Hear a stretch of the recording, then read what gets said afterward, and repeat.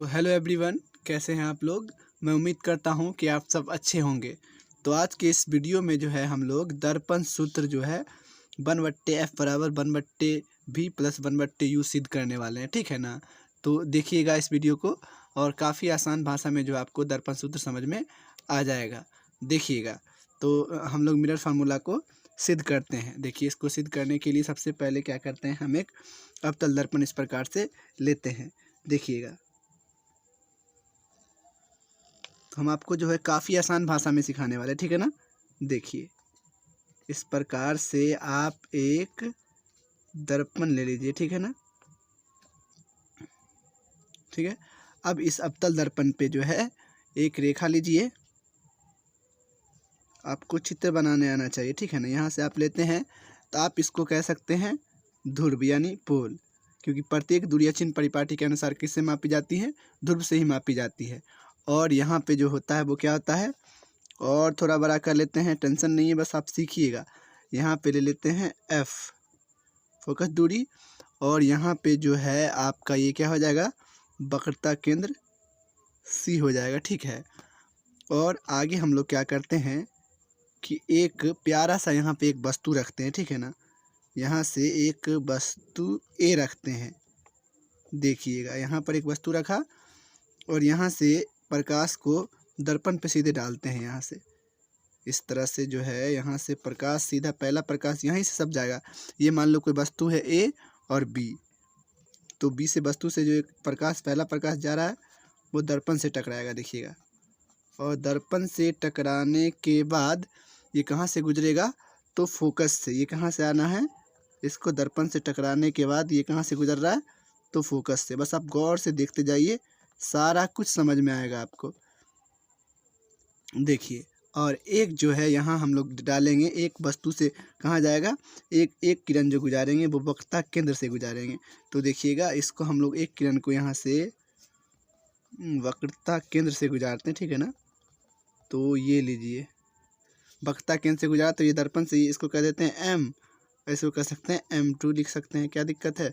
और ये जो है इस दर्पण से टकरा कर और इसी पथ पर जो है पुनः वापस भी चला जाता है, ठीक है। और एक ध्रुव से गुजारेंगे, एक जो है एक और किरण गुजारेंगे, एक दर्पण से गुजारा, एक वक्रता केंद्र से गुजार के उसी पथ पे वापस लौट गया। और एक जो है हम लोग एक और किरण गुजारने वाले हैं, वो जो है डायरेक्ट पोल से, है ना, अपना ध्रुव से टकरा कर वो सीधा जो है यहाँ प्रतिबिंब जो बना ए डैश, और इसको डॉट डॉट डॉट जो है यहाँ पर इसको कह सकते हैं बी डैश, यहाँ से टकराएगा। ये सीधे कहाँ से, ये वाला, ये इस तरह से यहाँ से टकरा कर जो है किरण इस प्रकार, इस तरह इस पर आ जाएगा, ठीक है ना। तो इस प्रकार से आपको कहने का मतलब क्या है, पहला जो है आप दर्पण से टकराइए, फोकस से आया। दूसरा क्या कीजिए, आप वक्रता केंद्र से गुजारे, उसी पथ पे वापस लौट गया। यहाँ पर जो कटा, यहाँ पे जो दोनों एक दूसरे से काटा, इसको ही यहाँ इसके बीच क्या बना लिया, प्रतिबिंब, जिसको हम ए डैश बी डैश कह सकते हैं। और एक और किरण गुजारा जिसमें पी से टकराने के बाद वही जो अपना प्रतिबिंब है उसी से जाके गुजर जाता है। तो अब ये चीज़ लिख लिया। अब जो है चिन्ह परिपाटी के अनुसार कुछ बातें हैं, उसको आप लोग लिख लीजिए, ठीक है, तो ज़्यादा बेहतर रहेगा। तो देखिए, हम लोग लिख देते हैं, सबसे पहले लिख देते हैं दिया है। देखिए, हमको जो है सॉल्व करने का तरीका जो है काफ़ी अलग होगा और आपको सबसे अच्छा समझ में आएगा। देखिएगा, हम लिखते हैं दिया है, तो सबसे पहले कुछ चीज़ें हैं, चिन्ह परिपाटी के अनुसार। पहला पॉइंट, इसको आप नहीं भी लिखिएगा, इसमें तो कोई दिक्कत नहीं है। पहला पॉइंट क्या है कि सारी दूरियां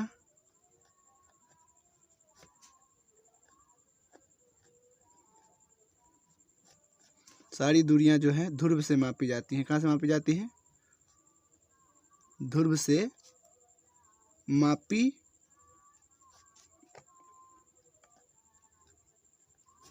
जाती है। ये हो गया आपका पहला पॉइंट, क्लियर है। दूसरा पॉइंट, अब जो है प्रकाश के किरण के दिशा में मापी गई सारी दूरियां धनात्मक होती हैं, विपरीत दिशा में मापी गई दूरियां ऋणात्मक होती है।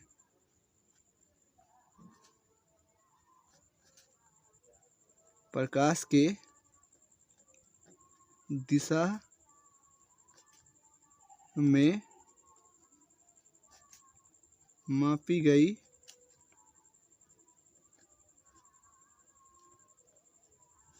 दूरियां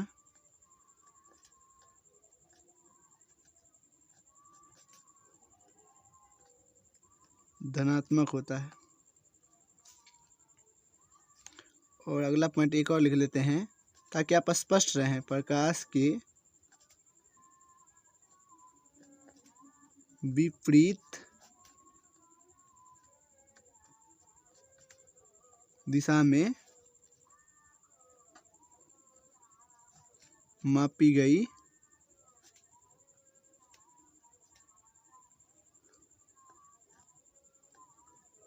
दूरियां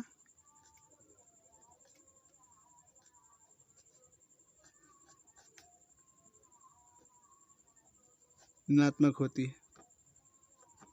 तो ये सब कुछ चीज़ें हैं जिसको आप लिख सकते हैं ना। और प्रकाश के ऊपर की ओर मापी गई दूरी धनात्मक होती है, जबकि नीचे की ओर मापी गई दूरी क्या होती है, ऋणात्मक होती है। ये चीज़ें हैं।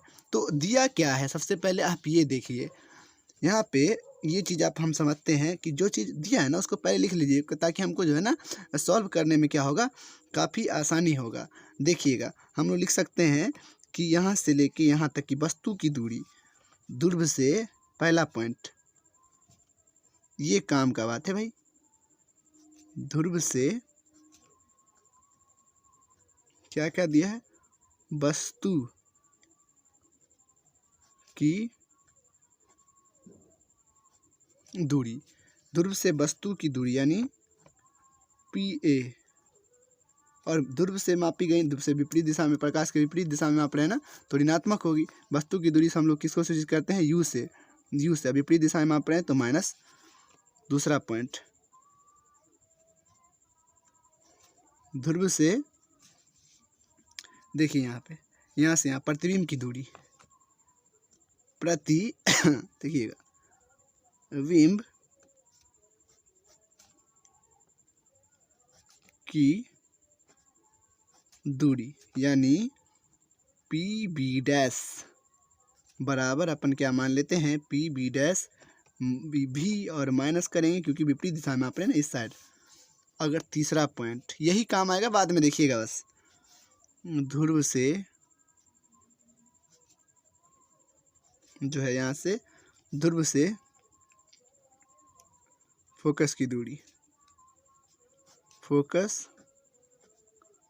दूरी यानी PF बराबर F, यहाँ पे माइनस है ना, क्योंकि विपरीत दिशा में माप रहे हैं।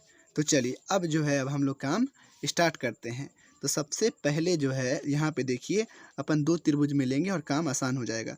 देखिए सबसे पहले हम लोग लेते हैं त्रिभुज छोटा वाला। देखिए हम इसको ना इस प्रकार से सूचित कर, देखिए डॉट डॉट डॉट कर देते हैं। त्रिभुज A-B-F एवं इसी के विपरीत बन रहा है बड़ा वाला। देखिए त्रिभुज जो अपन ये है, ये वाला, ये पूरा MPF में क्या लेंगे, त्रिभुज A-B-F समरूप त्रिभुज जो है MPF में। जब त्रिभुज समरूप है तो उनकी संगत भुजाएं भी आपस में क्या होंगी, समानुपाती होंगी। यानी कि इसका संगत भुजा जो है, इसका आधार पहले लेते हैं ना, यानी इसका छोटे त्रिभुज का आधार है A-B', यानी उसका आधार उसके आधार के बराबर, उसकी ऊंचाई उसकी ऊंचाई के बराबर, यानी A-B' बट्टे इसका आधार ले लिया। तो इसका तो आधार ये है क्योंकि ये त्रिभुज का ऊंचाई ये वाला है, B'F है, तो आधार ये हो गया, क्योंकि खड़ा करेंगे तो ये ना हो जाएगा, ऊंचाई ये हो जाएगा ई। तो इसका आधार जो ये क्या हो जाएगा, MP, जो इसका जो है आधार, ये इसका आधार यहाँ से मान लीजिए इस प्रकार से आप डॉट डॉट डॉट यहाँ से कीजिएगा तो भाई ना, इसका जो है ऊंचाई क्या हो गया, सॉरी आधार क्या हो गया, MP हो गया। तो इस प्रकार से आप इसमें लिख दीजिए MP, लिख दिया। चलिए कोई दिक्कत नहीं है। आगे अब जो है, आगे हम लोग क्या करने वाले हैं, इसका आधार ले इसका भी आधार, इसकी ऊंचाई छोटे छोटे वाला का ऊंचाई ये क्या है बी डैश एफ, तो लिख दिया बी डैश एफ, इसकी ऊंचाई हो गई। तो इसकी ऊंचाई क्या है तो पी एफ, तो उसकी ऊंचाई क्या है पी एफ। ये हो गया समीकरण आपका 1। तो हमने तो ये बात यहीं पे लिख ही दिया। एक चीज़ और आप यहाँ पे देख रहे होंगे, ये जो ए बी है वो एम पी के बराबर है। यहाँ पे लिख सकते हैं चूँकि ए बी बराबर है एम पी, क्योंकि देखिए ये जो है ये दूरी, ये ए बी एम पी दोनों बराबर है आपस में। तो ए बी बराबर चूँकि एम पी है तो हम लोग यहाँ पे क्या लिख सकते हैं A dash B dash by M P की जगह पे क्या लिख सकते हैं ए बी, और बराबर हमारा जो है बी डैश एफ बट्टे पी एफ। इसे हम लोग कह देते हैं समीकरण 1 है ना, इसको अभी रहने देते हैं। ये हो गया। अब जो है हम लोग चलते हैं त्रिभुज किसमें, अब जाएंगे इस वाले में। देखिए अब हम इसको इस तरह से लिखते हैं त्रिभुज ये वाला में, बस आप समझिएगा, बहुत ही आसान भाषा में समझाएंगे आपको, देखिएगा बस आप समझते रहिए, बस समय लगे कोई बात नहीं, आपको समझना है ना तो बस समझना है, 100% समझ में आएगा। त्रिभुज ए बी पी एवं त्रिभुज इसी का अपोजिट देखिएगा, त्रिभुज A B A dash B dash P, ये हम डॉट डॉट करते हैं, ये पूरा वाला यहाँ से ये पूरा ले रहे हैं, ये वाला ये वाला ये वाला ये वाला, देखिए बस समझ आ रहा है आपको। चलिए तो लेते हैं त्रिभुज ए बी पी एवं त्रिभुज देखिएगा ए डैश बी डैश पी में, ए डैश समरूप ही है दोनों, ए डैश बी डैश पी में है ना, त्रिभुज ए बी पी एवं समरूप त्रिभुज ए डैश बी डैश पी में। चलिए तो क्योंकि समरूप त्रिभुज है तो इनकी भुजाएं भी क्या होंगी आपस में समानुपाती, यानी छोटका त्रिभुज का जो आधार है ये ए डैश बी डैश ए डैश, ये ए डैश बी डैश पी का आधार क्या है ए डैश बी डैश, तो आधार पहले लिख लेते हैं जिस तरह से पहले लिए थे उस तरह से ले लेते हैं A dash B dash bye, तो इसका आधार क्या हो गया सर, तो इसका ए बी पी का आधार क्या हो गया ए बट्टे पी, ए बट्टे बी, तो ए बट्टे बी लिख दिया, और बराबर इसकी ऊंचाई छोटे वाले की ऊंचाई क्या है तो पी बी डैश या बी डैश पी, यानी पी बी डैश बट्टे, क्योंकि इसकी ऊंचाई ये हो गई तो इस बार बड़ा वाले की ऊंचाई तो ये ना होगी ए पी, ये क्या हो गया ए पी, या इसी को कह सकते हैं हम लोग पी ए, उसकी ऊंचाई क्या है तो पी ए है। ये हो गया समीकरण आपका 2। अब देखिए समीकरण 1 एवं 2 से दोनों तरफ का देखिए एक पार्ट तो बराबर हो गया ना, तो लिखते हैं कि समीकरण 1 एवं 2 से, तो एक तरफ का तो पार्ट बराबर है यानी एक तरफ बचा हुआ है, तो ए dash B A dash F बट्टे पी एफ बराबर इधर का बचा पी बी डैश बट्टे पी ए। चलिए ये है। अब हम लोग देखते हैं कौन कौन मिल रहा है और कौन चीज़ नहीं मिल रहा है। यहाँ पे पी ए है तो यहाँ पे जो है आपका पी ए नज़र आ रहा है। चलिए यहाँ से देखिएगा बी पी बी डैश है पी बी डैश है, इस तरह से आप बना कन्फ्यूज 100% नहीं कीजिएगा, और पी एफ है तो पी एफ है, ये और ये मिल गया, ये नहीं मिल रहा है। तो चलिए देखते हैं ये कहाँ है, तो यहाँ पे हमारा जो है बी डैश एफ को हम काट के निकालना चाहते हैं, यानी पी बी डैश में से अगर पी एफ घटा लें तो बी डैश एफ निकल जाएगा ना, समझ रहे बात को ना। तो हम लिख सकते हैं मतलब कि हमको बी डैश एफ निकालना है, तो हम क्या करेंगे बड़का वाला पी बी डैश में से पी एफ घटा देंगे तो ये निकल जाएगा, यानी पी बी डैश और उसमें मिल भी जाएगा वो पी बी डैश में से घटाते हैं पी एफ